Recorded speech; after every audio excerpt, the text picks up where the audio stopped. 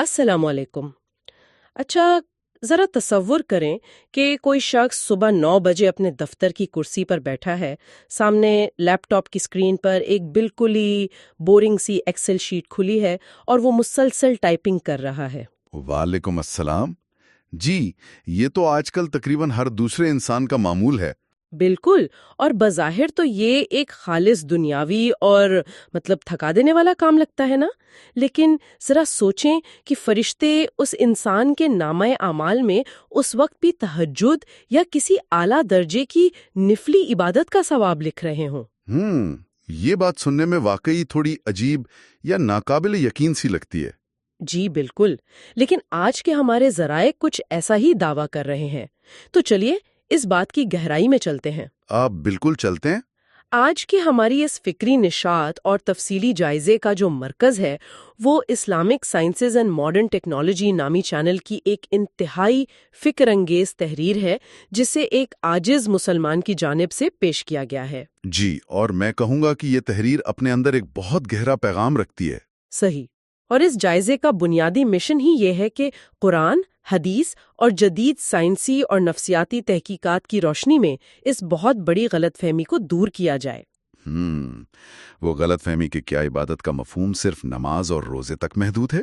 بالکل، کیا یہ صرف مسجد کی 4 دیواری تک قید ہے یا پھر اسلام ہماری پوری زندگی کا ایک مکمل اور جامع آپریٹنگ سسٹم ہے؟ یہ موضوع واقعی انسانی شعور کے لیے ایک زبردست چیلنج ہے، کیونکہ اگر ہم جدید علم نفسیات کا مطالعہ کریں تو ہمیں معلوم ہوتا ہے کہ انسانی دماغ کی ایک فطری کمزوری ہے جسے درجہ بندی کہا جاتا ہے۔ اچھا، یعنی چیزوں کو الگ الگ کیٹیگریز میں بانٹ دینا۔ جی بالکل، ہمارا دماغ معلومات کے بوجھ کو کم کرنے کے لیے زندگی کو الگ الگ کھانوں میں بانٹ دیتا ہے۔ مطلب ہم لوگ کام کا ایک الگ کھانا بناتے ہیں، تفریح کا الگ، اور مذہب یا عبادت کا بالکل الگ۔ ہمیں شاید لگتا ہے کہ اس طرح زندگی کو سمجھنا اور گزارنا آسان ہو جائے گا۔ صحیح کہا آپ نے، لیکن آج کے ذرائع ہمیں بتاتے ہیں کہ یہ درجہ بندی ہی دراصل ہمارے تمام تر نفسیاتی اور روحانی مسائل کی جڑ ہے۔ انسان دیکھیں، صرف گوشت و پوشت کی مشین تو نہیں ہے نا۔ جی بالکل نہیں ہے۔ اس کے عقائد اور اس کے روزمرہ کے اعمال کا آپس میں ایک ناگزیر اور نامیاتی تعلق ہوتا ہے۔ میں بھی یہی سوچ رہی تھی، اور مجھے لگتا ہے کہ اسی درجہ بندی نے ہمیں اس مقام پر لا کھڑا کیا ہے جہاں ہم زندگی کے اصل مقصد سے ہی کٹ گئے ہیں۔ بے شک۔ تو اس سے پہلے کہ ہم یہ بحث کریں کہ دفتر کا کام یا روزمرہ کے معاملات عبادت کیسے بنتے ہیں، ہمیں اس بنیادی سوال کو حل کرنا ہوگا کہ انسان کو پیدا ہی کیوں کیا گیا۔ تحریر میں اس کا بہت واضح حوالہ موجود ہے۔ جی ہاں، اور اس نقطے کو سمجھنے کے لیے تحریر میں سورۃ الذاریات کی آیت 56 کا حوالہ دیا گیا ہے۔ اللہ تعالیٰ بالکل واضح اور ٹھوک الفاظ میں فرماتے ہیں، وَمَا خَلَقْتُ الْجِنسَ وَالْإِنسَ إِلَّا لِيَعْبُدُونَ۔ سبحان اللہ۔ اس کا لفظ بلفظ ترجمہ یہ ہے کہ میں نے جنوں اور انسانوں کو نہیں پیدا کیا مگر صرف اپنی عبادت کے لیے۔ یہاں جو صرف کا لفظ ہے وہ بہت زیادہ توجہ طلب ہے۔ یعنی کائنات کا سب سے بڑا سچ یہی ہے کہ تخلیق کا واحد مقصد عبادت ہے۔ جی بالکل۔ لیکن دیکھیے، الجھن تو یہیں سے شروع ہوتی ہے نا، جب ایک عام انسان جو صبح سے شام تک روزی روٹی کے چکر میں پھنسا ہوا ہے، وہ یہ آیت سنتا ہے کہ تخلیق کا مقصد صرف عبادت ہے، تو وہ پریشان ہو جاتا ہے۔ اس کی پریشانی فطری ہے۔ مطلب اگر مقصد صرف عبادت ہے تو کیا ایک انسان کو دنیا کے سارے کام چھوڑ کر 24 گھنٹے بس مصلے پر بیٹھے رہنا چاہیے؟ یہ تو ایسا ہی ہے جیسے یہ سمجھنا کہ طالب علم ہونے کا مطلب صرف امتحان کے کمرے میں بیٹھنا ہے۔ واہ، کیا زبردست مثال دیا آپ نے۔ حالانکہ اصل سیکھنے کا عمل تو پوری زندگی پر محیط ہوتا ہے نا۔ تو کیا عبادت کی یہ تعریف واقعی حقیقت پر مبنی ہے؟ یہ ایک بہت منطقی سوال ہے۔ دیکھیں، اگر عبادت کا مطلب صرف تسبیح اور مصلی ہوتا تو پھر تو انسانی زندگی کا پورا نظام ہی درہم برہم ہو جاتا۔ معاشرے کا پہیہ کیسے چلتا؟ بالکل، پھر تو سب کچھ رک جاتا۔ اسی لیے علماء کرام نے عبادت کی جو بہترین اور جامع تعریف کی ہے وہ اس خلیج کو پاٹ دیتی ہے۔ عبادت عربی زبان کے لفظ عبد سے نکلا ہے، جس کا مطلب ہے عاجزی اور بندگی۔ صحیح۔ تو ہر وہ کام جو اللہ کو پسند ہو اور جو اس کی مقررہ کردہ حدود کے اندر کیا جائے وہ عبادت ہے، چاہے وہ ظاہری عمل ہو جیسے نماز پڑھنا یا باطنی عمل ہو جیسے کسی کے لیے دل میں ہمدردی محسوس کرنا۔ اچھا، تو جب یہ واضح ہو گیا کہ اخلاق اور ہمارے روزمرہ کے معاملات بھی عبادت ہیں، تو پھر دین اور دنیا کی یہ تقسیم کہاں سے آ گئی ہمارے معاشرے میں؟ اگر ہم اسے وسیع تناظر میں دیکھیں تو دین اور دنیا کو الگ کرنے کا یہ تصور دراصل مغربی فلسفے، خاص طور پر سیکولرزم کی پیداوار ہے۔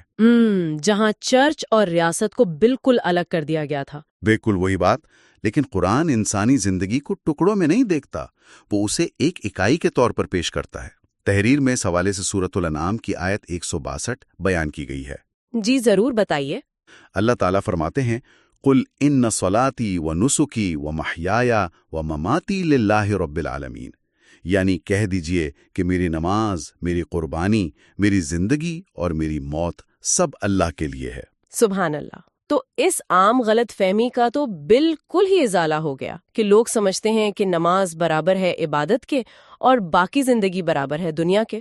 بالکل، یہ مساوات ہی غلط ہے۔ کیونکہ اس آیت کی روح سے تو تجارت، سیاست، دوستوں سے ملنا سب کچھ اسی میری زندگی کا حصہ بنتا ہے۔ یقیناً، اور اگر ہم رسول اللہ صلی اللہ علیہ وسلم کی زندگی کا تجزیہ کریں تو وہ ایک مکمل نمونے کی عکاسی کرتی ہے۔ آپ عبادت بھی کرتے تھے اور ساتھ ہی تجارت بھی کرتے تھے۔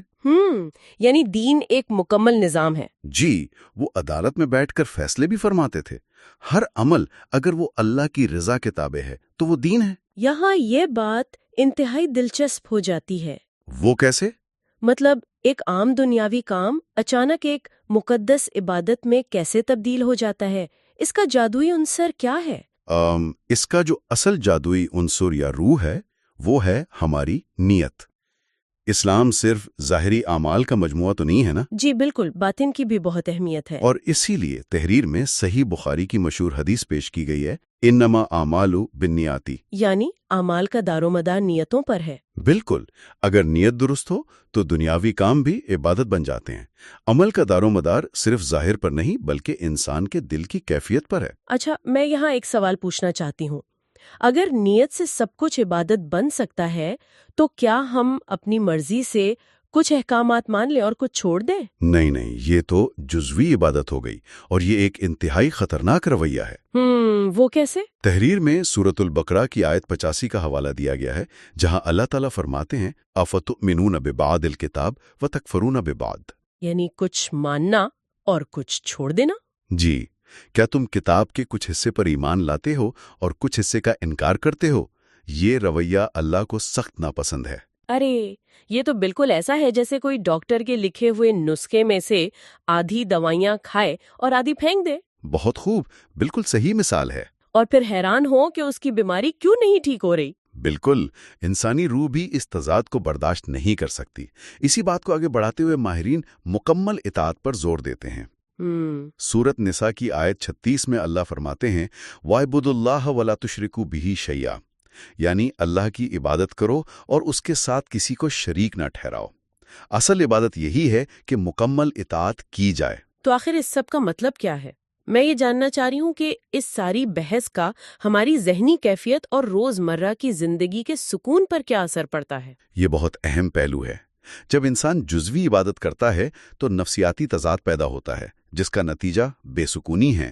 اچھا، یعنی جب ہم دوہری زندگی جیتے ہیں تو ہمارا دماغ اسے محسوس کرتا ہے؟